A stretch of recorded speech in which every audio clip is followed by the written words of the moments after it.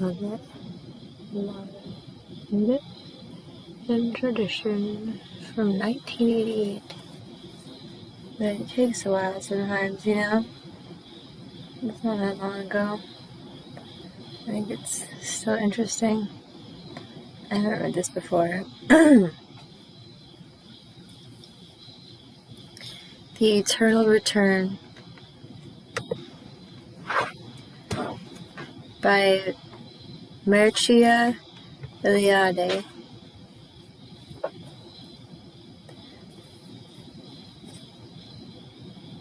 This is condensed from an essay she wrote called The Myth of the Eternal Return. I'm trying to, kind of like a review, but a summary from the book. Omitted many of the author's insights, a wealth of examples and documentation. Hope anybody interested will read her book. It was published in French by Gallimard in 1949 by the Princeton University Press for the Bollingen Foundation in Willard Track's translation in 1954. It has also appeared under the title Cosmos and History in a paperback edition published by Harper Torch Books, New York, 1959. Cosmos and History by Mircea Eliade, French. In pre-modern or traditional societies,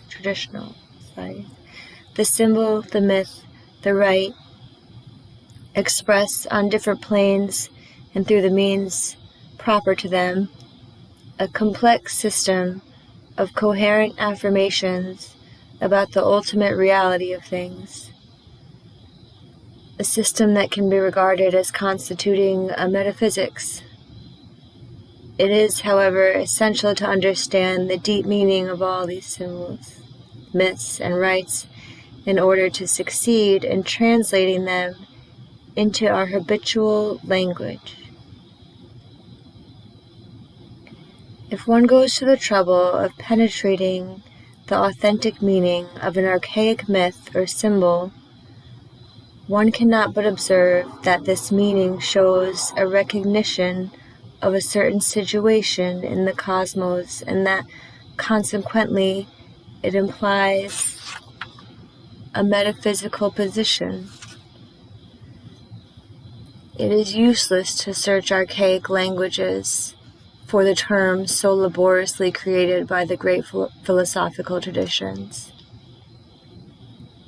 There is very likelihood that such words as being, non-being, real, unreal, becoming, illusory, are not to be found in the language of the Australians or of the ancient Mesopotamians. But if the word is lacking, the thing is present. Only it is said, that is, revealed in a coherent fashion through symbols and myths. If we observe the general behavior of archaic man, we are struck by the following fact. Neither the objects of the external world nor human acts, properly speaking, have any autonomous intrinsic value. Objects or acts acquire value, and in so doing become real because they participate, after one fashion or another, in a reality that transcends them.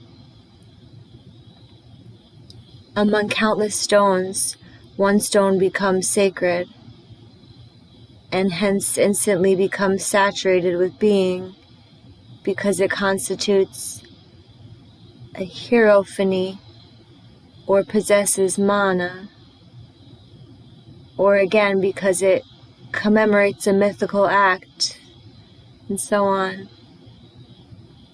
The object appears as the receptacle of an exterior force that differentiates it from its milieu and gives it meaning and value. This force may reside in the substance of the object or in its form. A rock reveals itself to be sacred because its very existence is a hierophany, incomprehensible, invulnerable. It is that which man is not. It resists time. Its reality is coupled with perenniality. Its reality is coupled with perenniality. Take the commonest of stones. It will be raised to the rank of precious, that is, impregnated with a magical or religious power, by virtue of its symbolic shape or its origin. Thunderstone, held to have fallen from the sky. Pearl, because it comes from the depths of the sea. Other stones will be sacred because they are the dwelling place of the souls of ancestors, India, Indonesia, or because they were once the scene of a theophany, as the Bethel that served Jacob for bread, or because a sacrifice or an oath has consecrated them. Now let us turn to human acts, those, of course, which do not arise from pure automatism.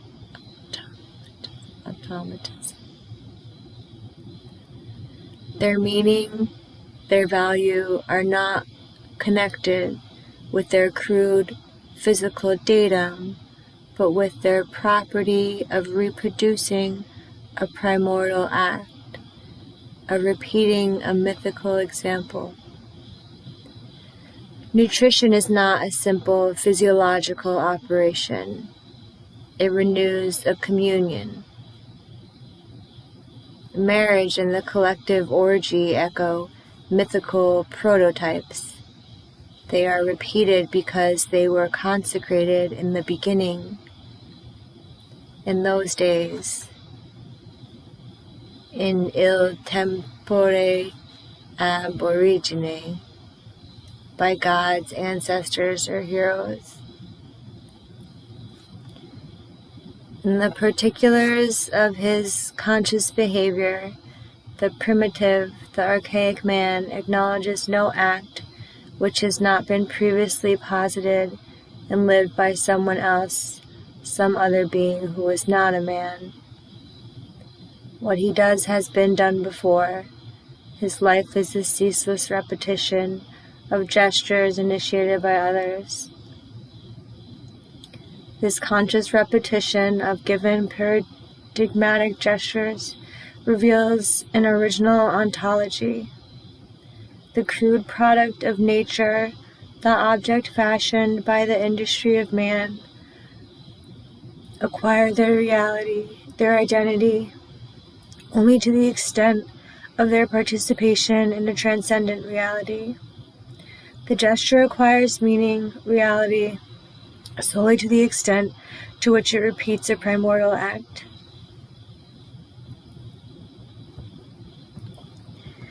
The world that surrounds us, then, the world in which the presence and the work of man are felt, the mountains that he climbs, populated and cultivated regions, navigable rivers, cities, sanctuaries, all these have an extraterrestrial archetype, be it conceived as a plan, as a form, or purely and simply as a double existing on a higher cosmic level.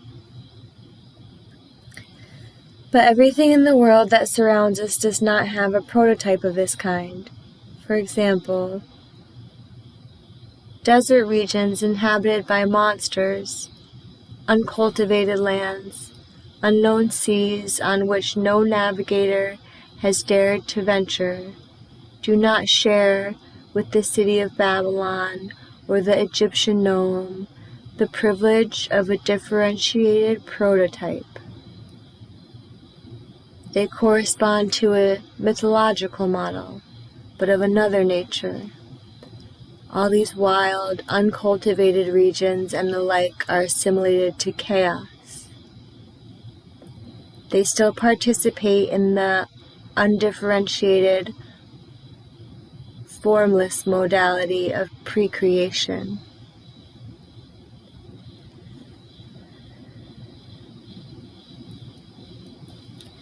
This is why, when possession is taken of a territory, that is, when its exploitation begins, rites are performed that symbolically repeat the act of creation. The uncultivated zone is first cosmicized.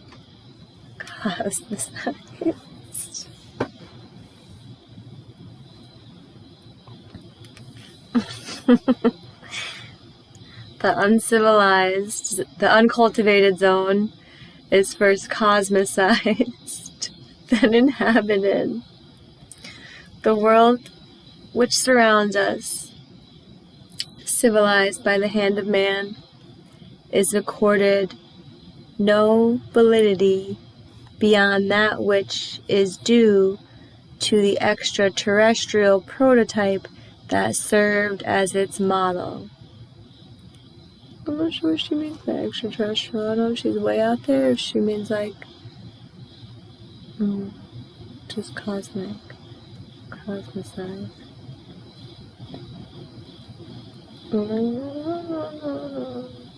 Man constructs according to an archetype. Not only do his city or his temple have celestial models, the same is true of the entire region that he inhabits. With the rivers that water it, the fields that give him his food, etc. The map of Babylon shows the city at the center of a vast circular territory, bordered by a river, precisely as the Sumerians envisioned paradise. This participation by urban cultures in an archetypal model is what gives them their reality and their validity. I guess so. Yeah, I guess so. Settlement in a new, unknown, uncultivated country is equivalent to an act of creation. Capital C. Biblical creation. When the Scandinavian colonists took possession of Iceland, Landnama, and began to cultivate it, they regarded this act neither as an original undertaking nor as human and profane work. Their enterprise was for them only the repetition of a primordial act, the transformation of chaos into cosmos by the divine act of creation. By cultivating the desert soil, they in fact repeated the act of the gods, who organized chaos by giving it forms and norms. Better still, a territorial conquest does not become real until after, more precisely through, the ritual of taking possession, which is only a copy of the primordial act of the creation of the world.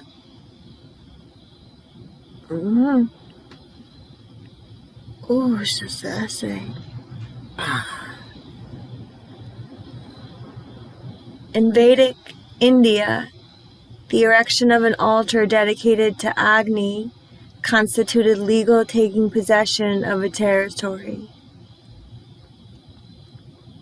one settles, avasyati, when he builds the garaptaya, and whoever are builders of the fire altars are settled, avisata, says the Satapatha Brahmana, chapter 7, lines 1 through 4, something. But the erection of an altar dedicated to Agni is merely the microcosmic imitation of the creation. Furthermore, any sacrifices, in turn, the repetition of the act of creation, as Indian texts explicitly state. And there's all kinds of annotations or whatever, footnotes.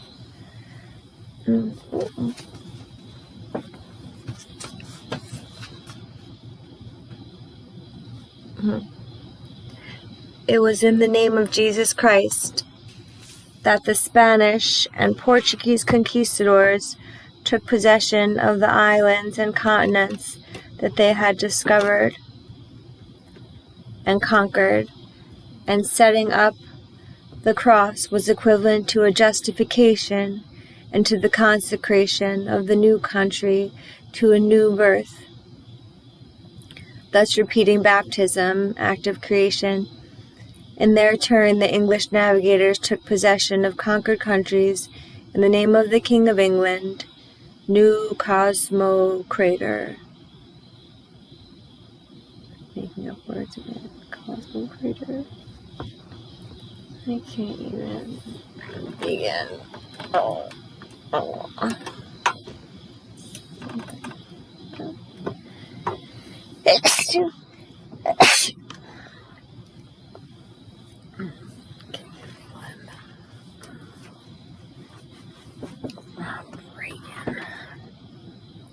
The importance of the Vedic, Scandinavian, or Roman ceremonials will appear more clearly when we devote a separate examination to the meaning of the repetition of the creation, the preeminently divine act.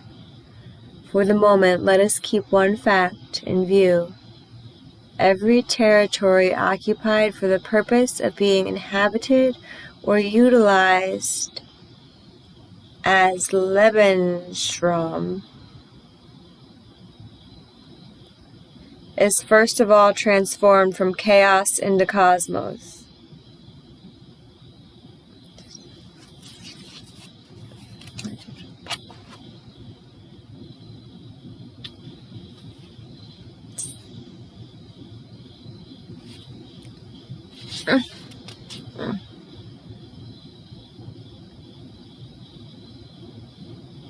From chaos into cosmos. That is, through the effect of ritual, it is given a form which makes it become real.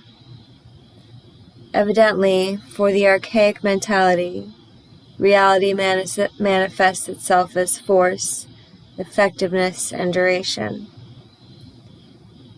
Hence, the outstanding reality is the sacred, for only the sacred is, in an absolute fashion, acts effectively, creates things, and makes them endure. The innumerable gestures of consecration, of tracts and territories, of objects, of men, etc., reveal the primitive's obsession with the real, his thirst for being.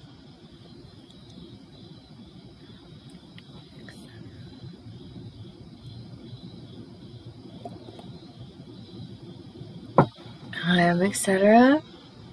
Nice to meet you. I'm also known as Other. Every ritual has a divine model, an archetype. This fact is well enough known for us to confine ourselves to recalling a few examples. We must do what the gods did in the beginning. That's a quote We must do what the gods did in the beginning from Satapatha Brahmana, chapter 7. Another quote, "Thus the gods did, thus men do," from the Taittiriya Brahmana. This Indian adage summarizes all the theory underlying rituals in all countries. We find the theory among so-called primitive peoples no less than we do in developed cultures. The Aborigines of southeastern Australia, for example, practiced circumcision with a stone knife because it was thus that their ancestors taught them to do.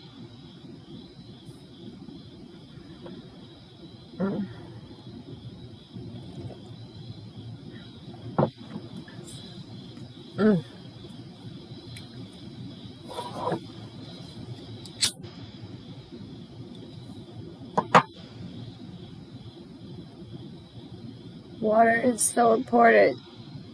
See how important water is. People gotta have the water. Gotta stay clean. Where do we go? Jeez, yeah. Whew, sweating. The Amazulu Negroes do likewise because Unkulunkulu,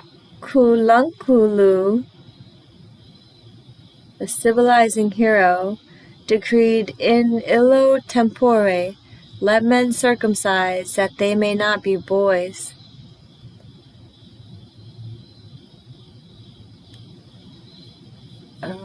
I don't see how that...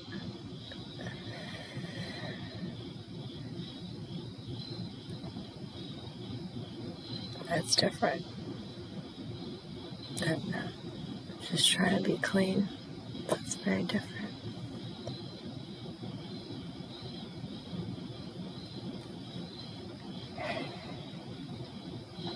It may be mentioned in passing that among primitives, not only do rituals have their mythical model, but any human act, whatever acquires effectiveness to the extent to which it exactly repeats an act performed at the beginning of time by God, a hero, or an ancestor.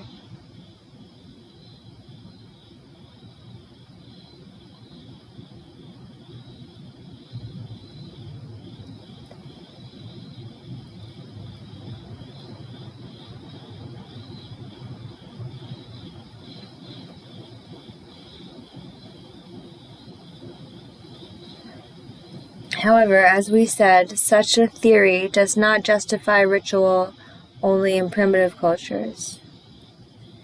In the Egypt of the later centuries, for example, the power of rite and word possessed by the priests was due to imitation of the primordial gesture of the god Thoth, who had created the world by the force of his word.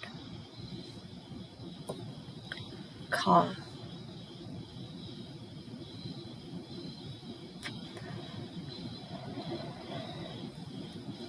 Iranian tradition knows that religious festivals were instituted by Ormazd to commemorate the stages of the cosmic creation, which continued for a year. That's cool. At the end of each period, representing, respectively, the creation of the sky, the waters, the earth, the plants, animals, and man, Ormazd rested for 5 days,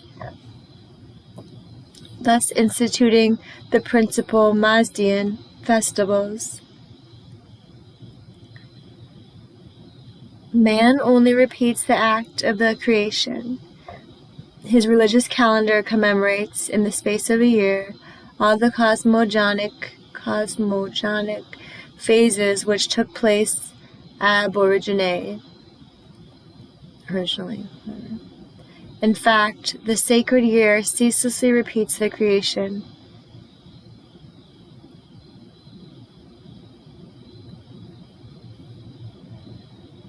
Man is contemporary with the cosmogony and with the anthropogeny, because ritual projects him into the mythical epoch of the beginning. A bacchant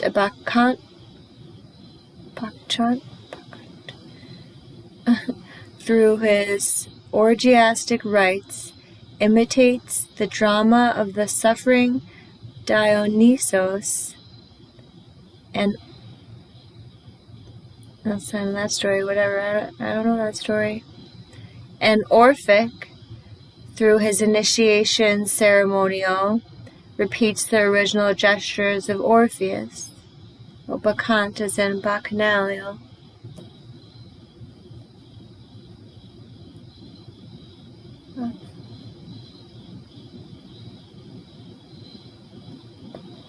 Orpheus.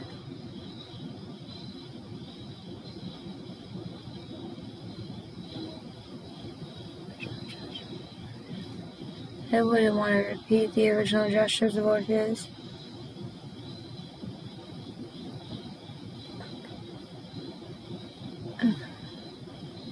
It's a good movie called City of God. Brazilian movie. Probably won awards or something. Orpheus, it's not, I mean, details, you know.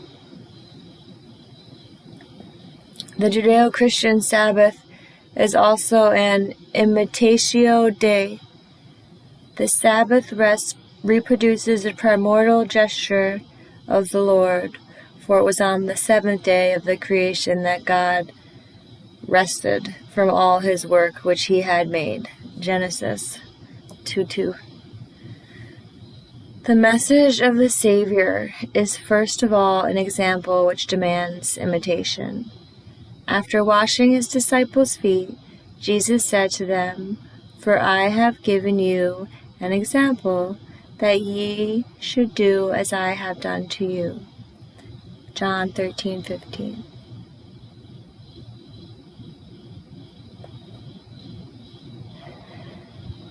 Marriage rites, too, have a divine model, and human marriage reproduces the hierogamy, more especially the union of heaven and earth.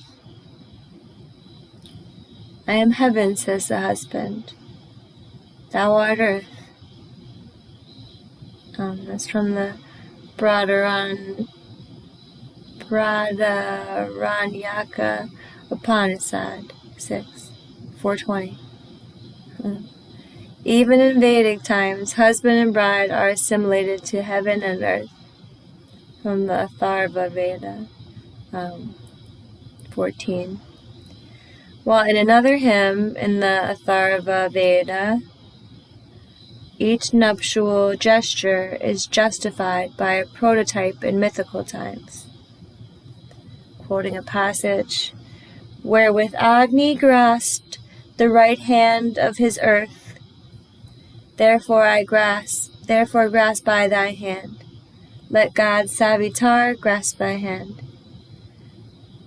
Tavashtar disposed the garment for beauty by direction of Braspati of the poets.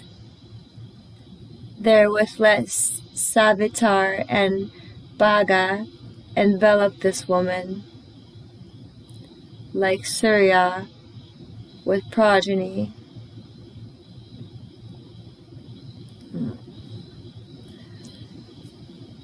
What must be emphasized is the cosmogonic structure of these matrimonial rites.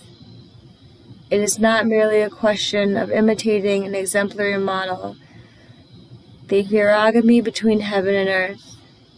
The principal consideration is the result of the hierogamy, i.e., the cosmic creation.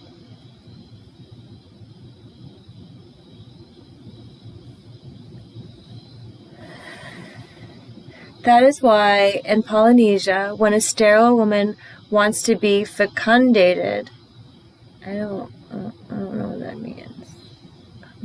I guess she wants to be fertile.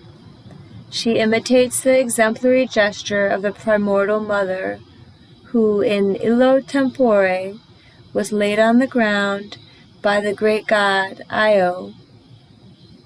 It's all mixed up. Io? Whatever.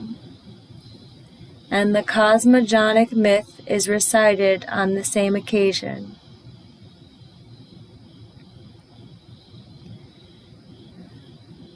The cosmic myth serves as the exemplary model not only in the case of marriages, but also in the case of any other ceremony whose end is the restoration of integral wholeness. This is why the myth of the creation of the world is recited in connection with cures and fecundity. Fecundity means fertility, but also I don't know, I think of decay.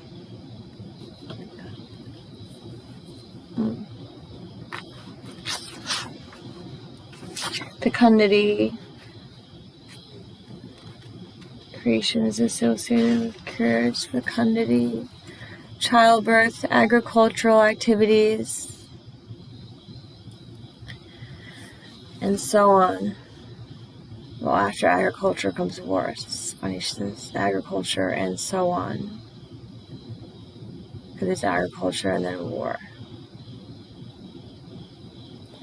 Like, anthropologically, that's what happens. The cosmogony, first of all, represents creation.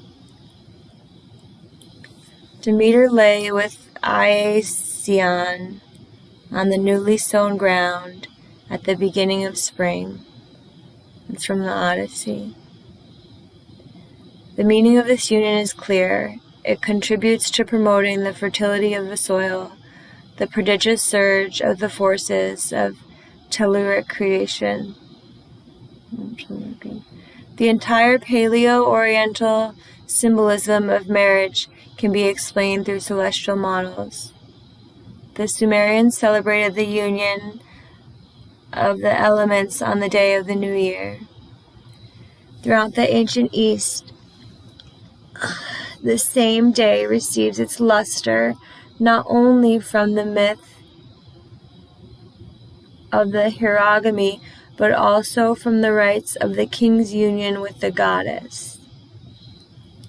It is on New Year's Day that Ishtar lies with Tammuz, and the king reproduces this mythical hierogamy by consummating ritual union with the goddess, i.e. with the hierodule who represents her on earth, in a secret chamber of the temple where the nuptial bed of the goddess stands.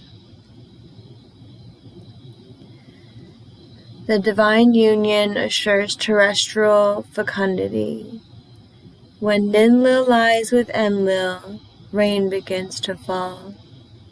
The same fecundity is assured by the ceremonial union of the king, that of couples on earth, etc.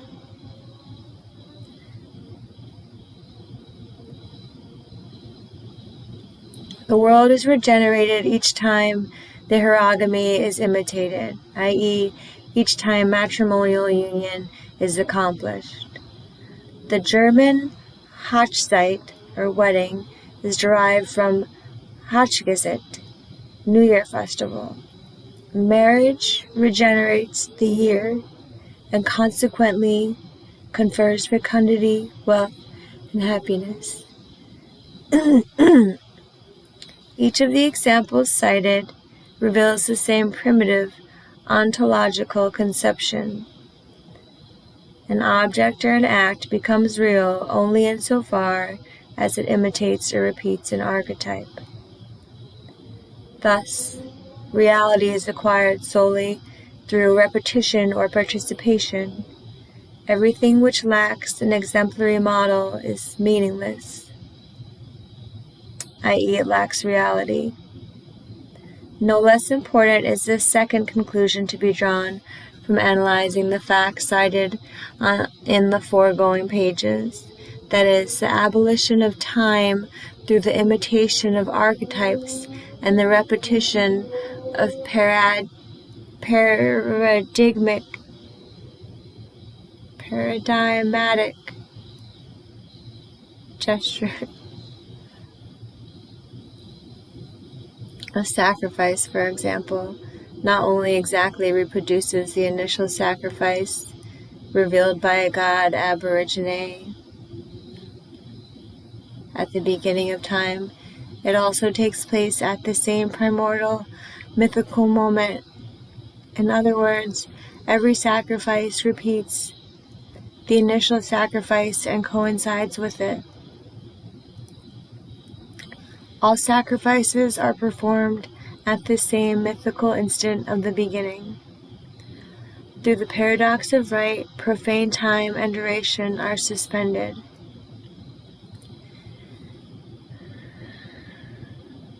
And the same holds true for all repetitions, i.e., all imitations of archetypes. Through such imitation, man is projected into the mythical epoch in which the archetypes were first revealed.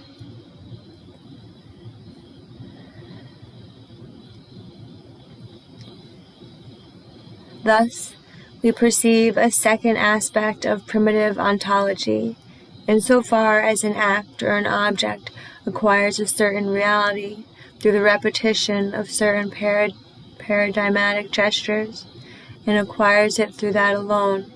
There is an implicit abolition of profane time, of duration, of history, and he who reproduces the exemplary gesture thus finds himself transported into the mythical epoch in which its revelation took place.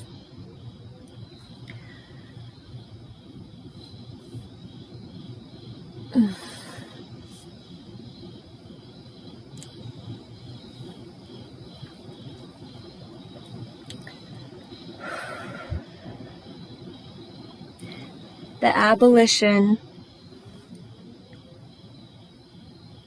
of profane time and the individual's projection into mythical time do not occur, of course, except at essential periods, those, that is, when the individual is truly himself, on the occasion of rituals or of important acts, alimentation, generation, ceremonies, hunting, fishing, war, work. The rest of his life is passed in profane time, which is without meaning, in the state of becoming. Brahmanic texts clearly bring out the heterogeneity of these two times, the sacred and the profane, of the modality of the gods, which is coupled with immortality, and the modality of man, which is coupled with death. Insofar as he repeats the archetypal sacrifice, the sacrificer, in full ceremonial action, abandons the profane world of mortals and introduces himself into the divine world of the immortals. He himself, indeed, declares this in the following terms: I have attained heaven, the gods. I am become immortal. That's from Taittiriya Samhita. Just as profane space is abolished by the symbolism of the center, which projects any temple, palace, or building into the same central point of mythical space, so any meaningful act performed by archaic man, any real act, i.e., any repetition of an archetypal gesture, suspends duration, abolishes profane time, and participates in mythical time.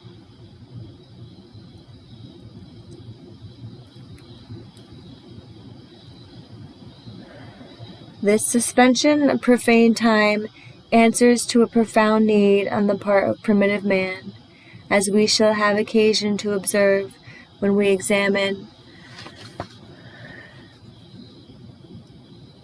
a series of parallel conceptions relating to the regeneration of time and the symbolism of the new year. We shall then understand the significance of this need, and we shall see that the man of archaic cultures tolerates history with difficulty and attempts periodically to abolish it. The beginning of the year varied from country to country as well as in different periods, calendar reforms being constantly introduced to make the ritual meaning of festivals fit the seasons with which it was supposed to correspond. However,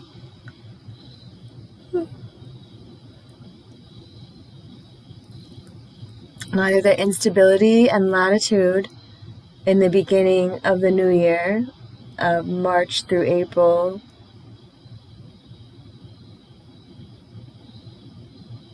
July 19th as in ancient Egypt, September, October, December through January, etc., anyway, all over the place in the year, nor the different lengths attributed to the year by different peoples were able to lessen the importance attached in all countries to the end of a period of time and the beginning of a new period. The essential thing is that there is everywhere a conception of the end and the beginning of a temporal period based on the observation of biocosmic rhythms and forming part of a larger system, the system of periodic purifications, purges, fasting, confession of sins, etc., and of the periodic regeneration of life.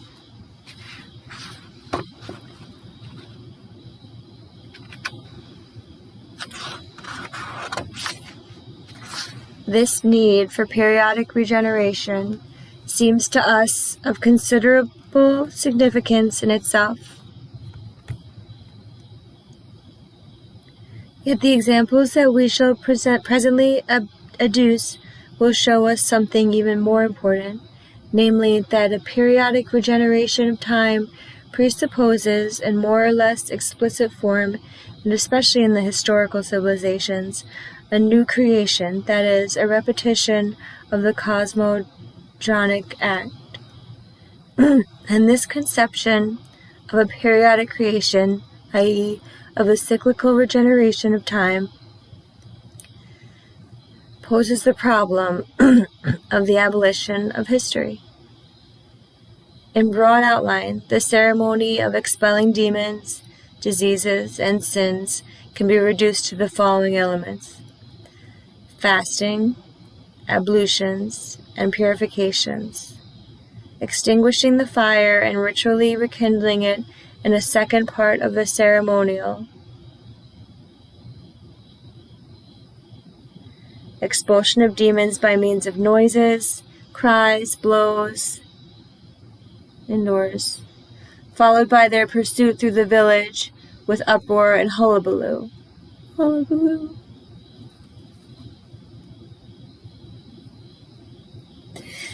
This expulsion can be practiced under the form of the ritual sending away of an animal type scapegoat, or of a man type Mamurius Veturius, regarded as the material vehicle through which the faults of the entire community are transported beyond the limits of the territory it inhabits. The scapegoat was driven into the desert by the Hebrews and the Babylonians.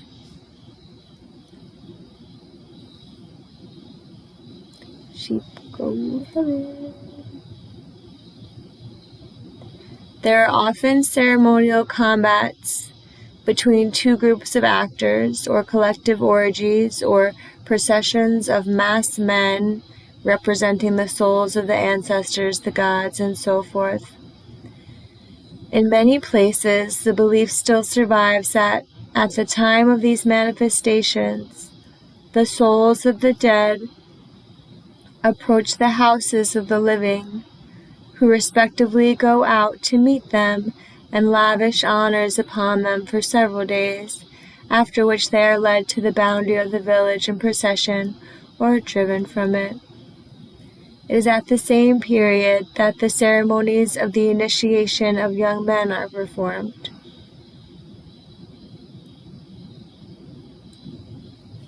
People are strange. Naturally, we seldom find all these elements together in explicit conjunction.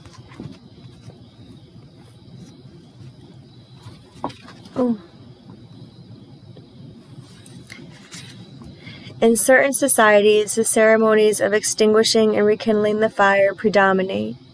In others, it is the material expulsion by noise and violent gestures of demons and diseases, and yet others the expulsion of the scapegoat in human or animal form. But the meaning of the whole ceremony, like that of each of its constituent elements, is sufficiently clear. On the occasion of the division of time into independent units, years, we witness not only the effectual cessation of a certain temporal interval and the beginning of another, but also the abolition of the past year and of past time. And this is the meaning of ritual purifications, a combustion and annulling of the sins and faults of the individual and of those of the community as a whole, not a mere purifying.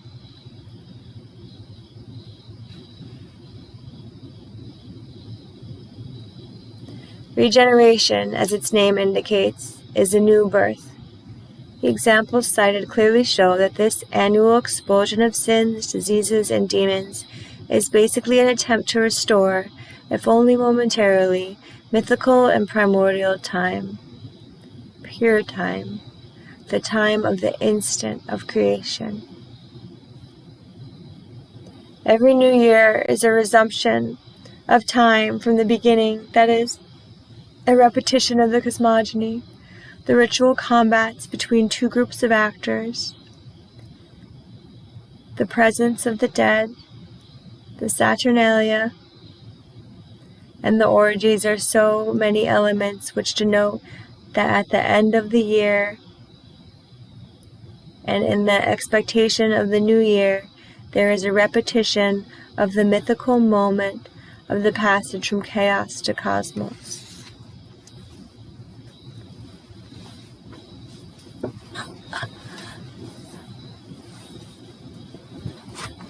The creation of the world is reproduced every year. Allah is He who effects the creation, hence He repeats it. Quran 10.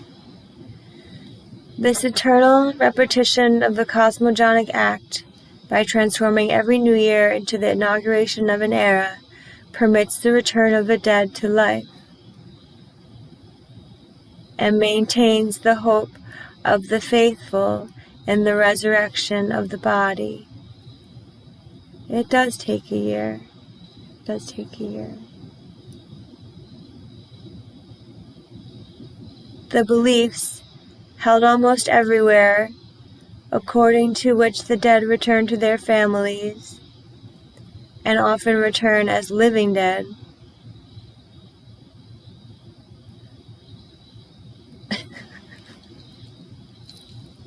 at the New Year season, during the 12 days between Christmas and Epiphany, signify the hope that the abolition of time is possible at this mythical moment in which the world is destroyed and recreated.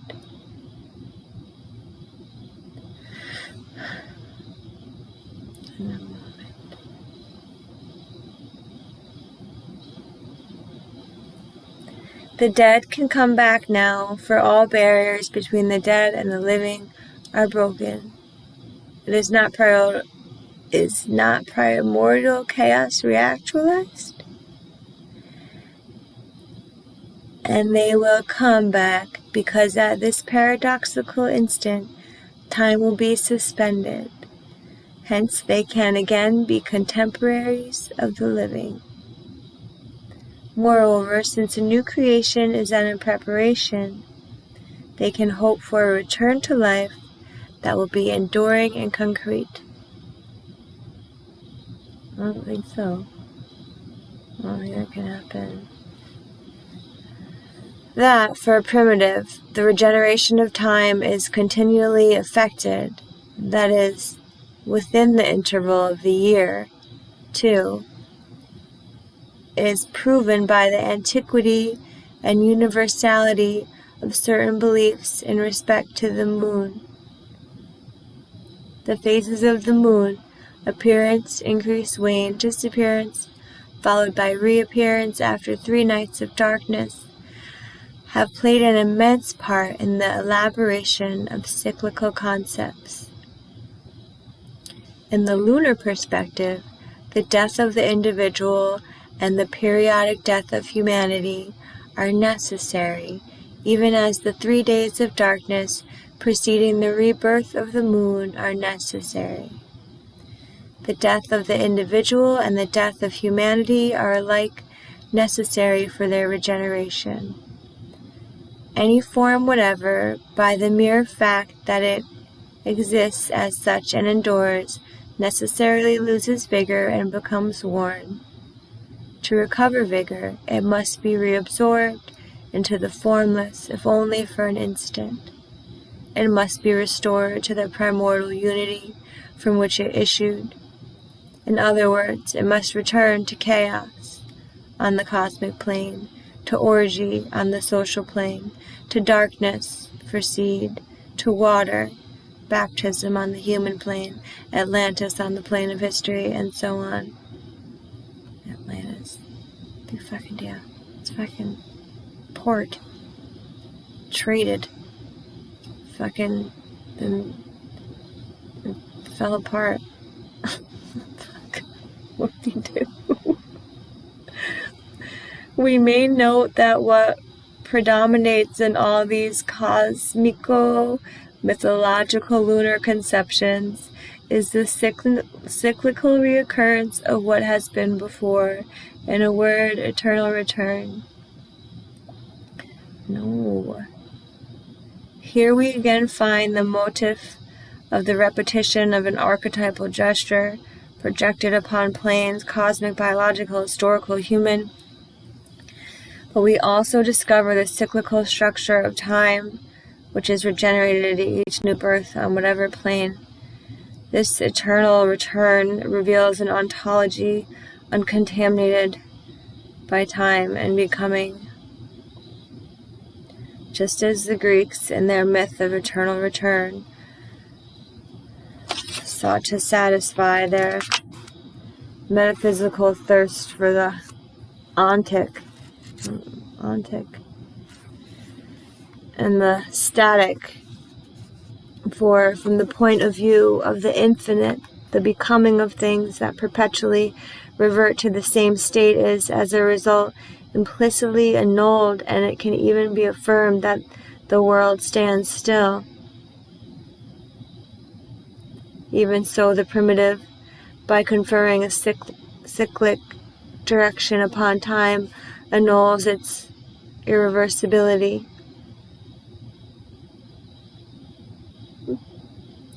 Everything begins over again at its commencement every instant.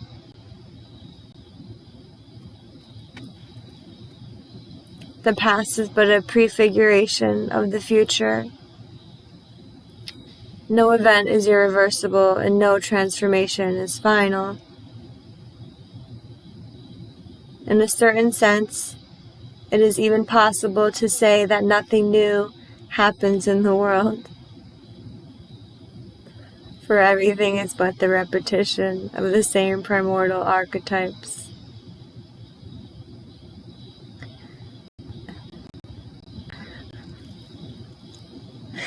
This repetition, by actualizing the mythical moment when the archetypal gesture was revealed, constantly maintains the world in the same auroral instant of the beginnings. Time but makes possible the appearance and existence of things. has no final influence upon their existence, since it is itself constantly regenerated.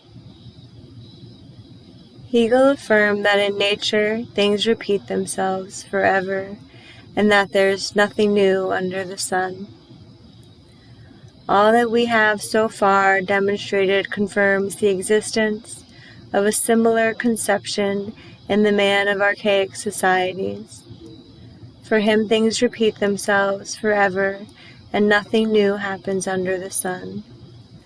But this repetition has a meaning, as we have seen.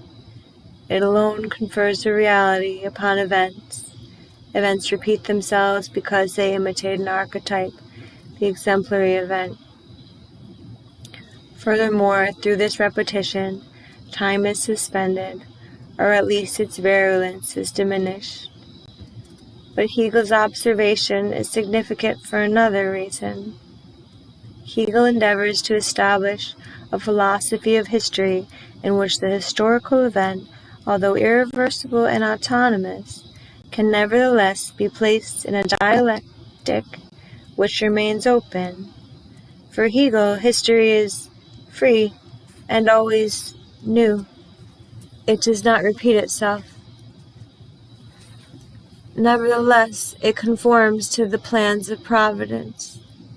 Hence it has a model, ideal but nonetheless a model, in the dialectic of spirit itself. To this history which does not repeat itself, Hegel opposes nature, in which things are reproduced ad infinitum. But we have seen that during a very considerable period, humanity opposed history by all possible means.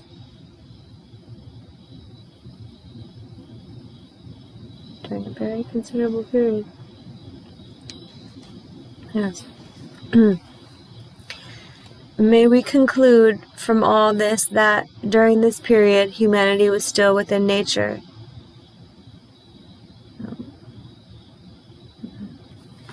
No, I think she's a little short-sighted.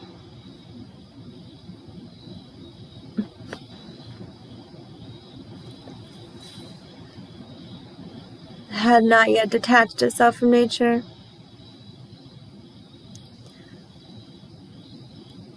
Only the animal is truly innocent.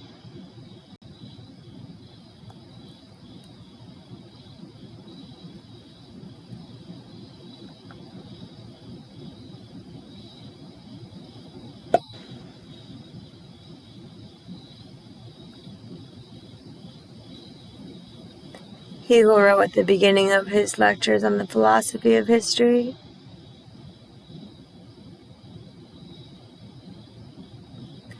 the primitives did not always feel themselves innocent, but they tried to return to the state of innocence by periodically confessing their faults. Can we see in this tendency toward purification a nostalgia for the lost paradise of animality, or in the primitive's desire to have no, I don't even know what she means by primitive.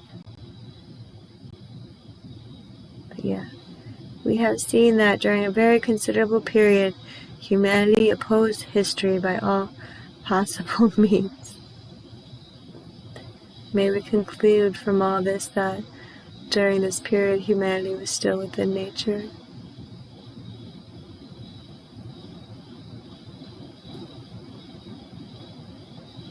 Mm-hmm.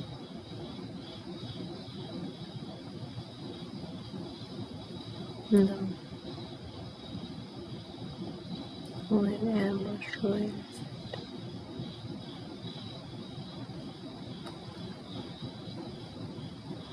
Or in the primitive's desire to have no memory. That's my fucking desire. Kidding me? Not to record time, and to content himself with tolerating it simply as a dimension of his existence, but without interiorizing it, without transforming it into consciousness. Should we rather see his thirst for the ontic? So I know what ontic means. Right. I have a dictionary somewhere. His will to be to be after the fashion of the archetypal beings whose gestures he constantly repeats? The problem is of the first importance, and we certainly cannot hope to discuss it in a few lines.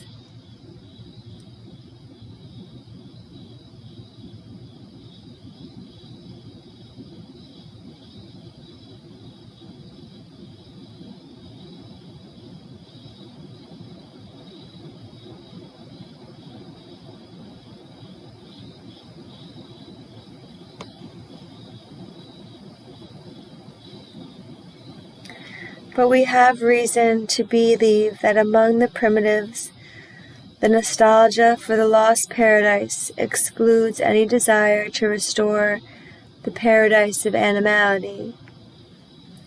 Everything that we know about the mythical memories of paradise confronts us, on the contrary, with the image of an ideal humanity enjoying a beatitude, and spiritual plenitude forever unrealizable in the present state of fallen man.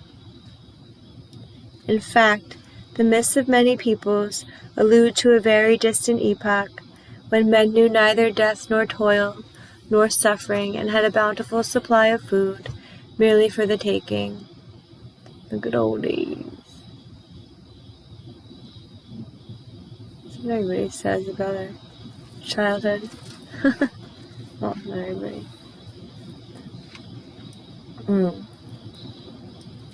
In illo tempore, the gods descended to earth and mingled with men. For their part, men could easily mount to heaven.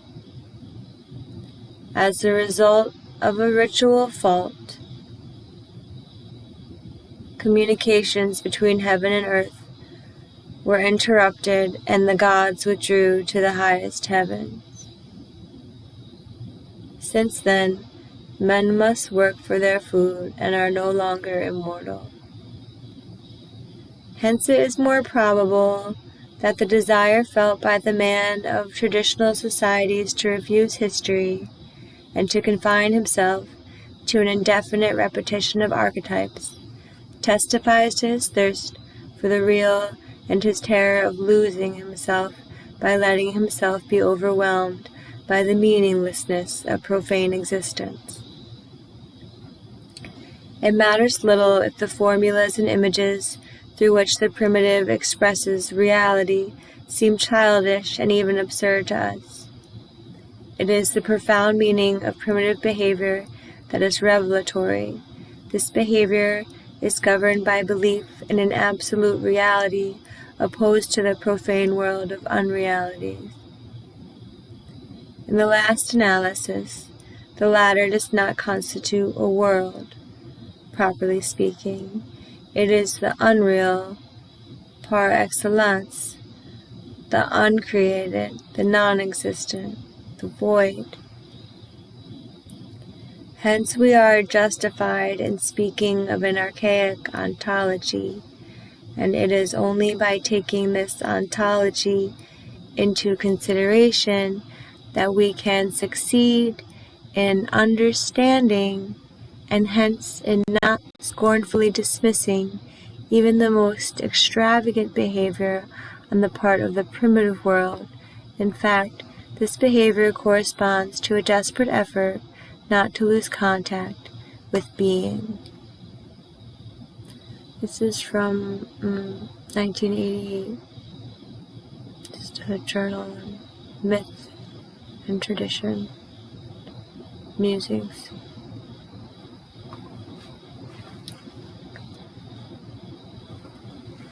I'll have to look up the word ontology and ontic, because I use that a lot. I have no idea what it means.